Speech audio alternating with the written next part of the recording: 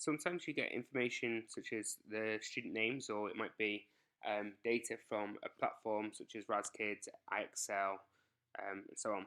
And you want to split it up into so you can sort it into first name and last name, or first name, second name, last name.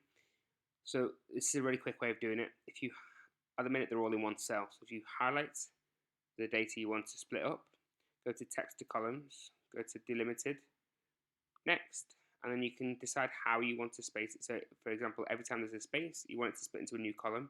So if I get rid of that, can you see the difference? Or for example, if it's another characteristic, so it could be like an at symbol or a comma, there's commas there and so on. Press next, finish, and you'll now see that the student name, as in the first name, second name, last name, and you can just rename these labels. So first, second, last. Then you can sort them out into order. So if you highlight this row, go to home, and then the sort and filter, and go to filter.